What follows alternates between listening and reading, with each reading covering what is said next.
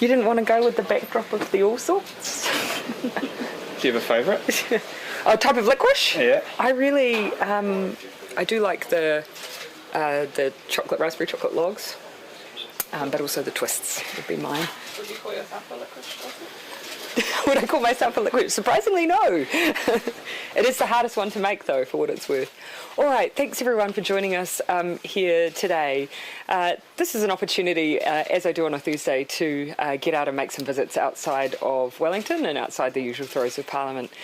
Today I'm with the local member, Teresa Ngobi, and I'm here visiting what is a significant employer in this area. 120 staff employed here at RJ's, and obviously they provide 96% of the licorice market here in New Zealand, but also export into other markets.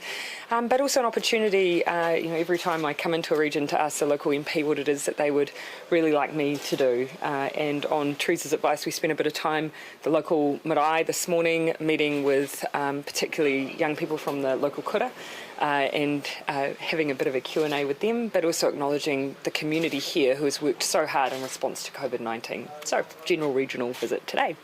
But we're happy to take your questions. Cost of living payment kicks in next week. More than 164,000 odd people could miss out.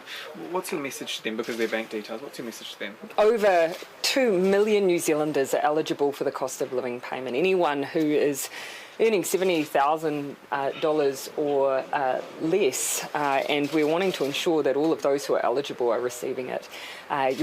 You're right, there's a portion of New Zealanders who IRD might not have their bank details, so we're making a plea for people just to check that IRD has those accurate details, and then there's nothing more that they need to do. They'll see 3 instalments over the next 3 months, adding up to $350, but obviously more meaningful for those who have two earners earning under $70,000. Are you concerned that there's any people that are just kind of not tuned in and they're eligible, but they won't get it just because they're not? Yeah, thankfully, the vast majority of people will receive it anyway. As I say, over 2 million individuals in New Zealand are eligible for this payment. 160,000 roughly, we know that we don't have their bank details, and it's that group that we're trying to make sure that we try and reach out to, ensure that they check in with IRD so that we can make sure that payment gets to them. Otherwise, it requires very little from New Zealanders. We wanted to make this as easy as possible. We wanted to reach people as easily as possible because it is so important at this time. Is IRD making any sort of direct effort to try and get in touch, or is that too difficult because of the number of people involved? And of course, the issue is that we don't have their accurate details. I know IRD, generally though, when you think about roughly 2.1 million people being eligible, and that we have 160,000 roughly that we're looking for, we do have a good amount of information to reach a large portion. Some for complicating reasons based on their income and calculations. We'll get it a little bit later, but otherwise we do want to just make sure though we still find those people regardless of the size. Prime Minister, what were some of the requests you heard this morning about this area, and what will you do about it? Well, actually, in the conversation I just had with an employer here, I asked a little bit about how's the absenteeism looking, what are your staffing shortages looking like, are there things that we can do to support you to make sure that you are fully resourced and operating at your peak capacity. Here it was very much the answer and response was what are the things that we can do together, and so this is an opportunity to highlight some of the offerings that we have, things like the flexi wage system, mana and mahi, ways that MSD can work with local employers to place people who are seeking employment, but also support employers. With the young people, it was actually much more general, advice for young people in leadership. But also we had a bit of a conversation around some of the project work that is happening in this region, models of Māori education, the view that this is a real an area where there's a lot of high-performing kura, and just the opportunity to come back and see that in action. Prime Minister. Oh, hi. It's Minority Standard. According to current polling at the moment, Labour's looking like it's going to be potentially a much smaller party after next year's election. Which polling is that? The latest Colonel Brunton poll, Roy Morgan polling, I should say, at the beginning of July. What does that mean if Labour loses MPs next election, and what does it mean for the broader policy goals that Labour has as outlined in the May budget, such as health? How do you defend that not being defunded? So rather than getting into the back and forth on polls, which ones are accurate and a year out, I'll just focus on the last part of your question. Our goal is always to create change that has longevity and that will last because it makes a meaningful difference in people's lives.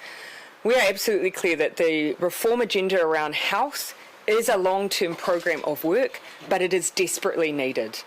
Now, for the most part, New Zealanders who need to use our health system will say that they receive exceptional care from the health providers who work within it, but they can see the strain that is on the system, and most health providers and workers can see the vast areas that we could improve the experience that they have as a workforce. Change is needed, and that's why we've embarked on it. Is it something that will be able to be in place overnight? No, because it is significant, it will take time, but I believe future governments will retain that reform program because they'll see the difference it makes in people's lives.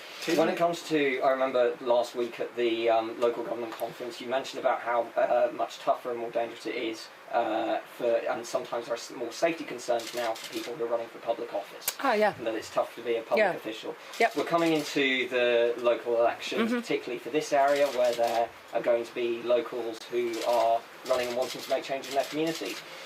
What are the steps so far since then that have been discussed to make sure that their safety is guaranteed, you know, in the current climate that we have? And this is where actually you saw me at the local government conference really reach out and say, if there are areas where you believe we could do more to support you, please work with us. Please share what more we could do. And that is an open invitation, open door, regardless of whether we're in an election cycle for local government or not. I think everyone can cast their eyes around and see that for a whole range of reasons, being in local government and campaigning openly or holding public office does come with challenges. We want to keep people safe. We want to keep attracting people to these really important jobs. And so when an idea like taking people's personal addresses off those public spaces to keep them and their families safe, we were happy to do it. But I know there'll be more, but I do want to hear directly from local government. Perhaps Amir might have something to say on that after.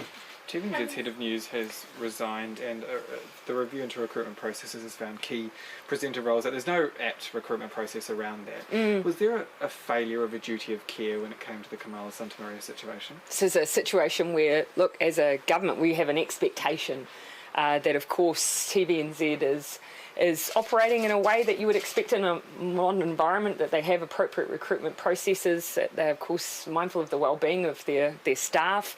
So we set an expectation, of course, at an operational level. It's then for TVNZ to make sure that they're following through. Of course, there are people impacted by this behind the scene. We're going to talk about it in terms of situation and kind of on this overall level, but there are people that are directly impacted by what's happened here. What is your message to them?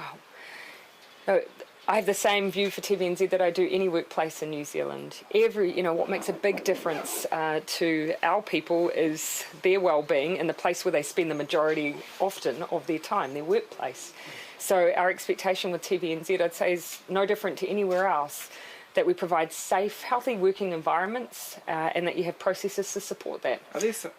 Are there some roles where, for example, politics, where a lot of it is kind of having a conversation or a phone call or shoulder tapping, where it's a bit different to other jobs where there's sort of that full end-to-end recruitment process? Are there some roles where it's more difficult to have a sort of thorough recruitment process? I think what you have to keep in mind is, regardless of the environment, you do have to be mindful of those who are already in the workplace, those who might also be aspiring to a particular role, and always make sure that you've got enough rigour around your processes to ensure that, regardless, whether it's politics, whether it's broadcasting, wherever, that you're looking after the existing staff you've got. You're ensuring that people can see the way the process is being run is robust, and that's all about that general workplace wellbeing. Have you seen a report? No, I haven't. I've seen obviously a lot of reporting around it. But again, this is where actually there is that separation. We set an expectation, but it is about TVNZ then following through.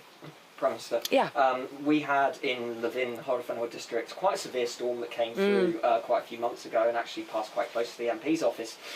She was fantastic in terms of communicating with the community and getting the information out. But have you discussed that with Teresa? And what does the government believe communities can do to make themselves more resilient in the facing these extreme weather events? And this is where our Minister for National Emergency Management has been very good in staying in contact with local members, but also local mayors where we've had severe weather events, to understand what support's needed on the ground in the moment where those events are happening. When it comes, though, to the fact that we have, and it's undeniable, we have a large number of severe weather events happening back to back in New Zealand. You're also seeing severe weather events or temperature increases in other parts of the world in the midst of their summers. Climate change is affecting our weather patterns, undeniably. We're working through at the moment a national adaptation plan, and one of the messages that I've shared with colleagues is my view that central government needs to work closely with local government on these plans.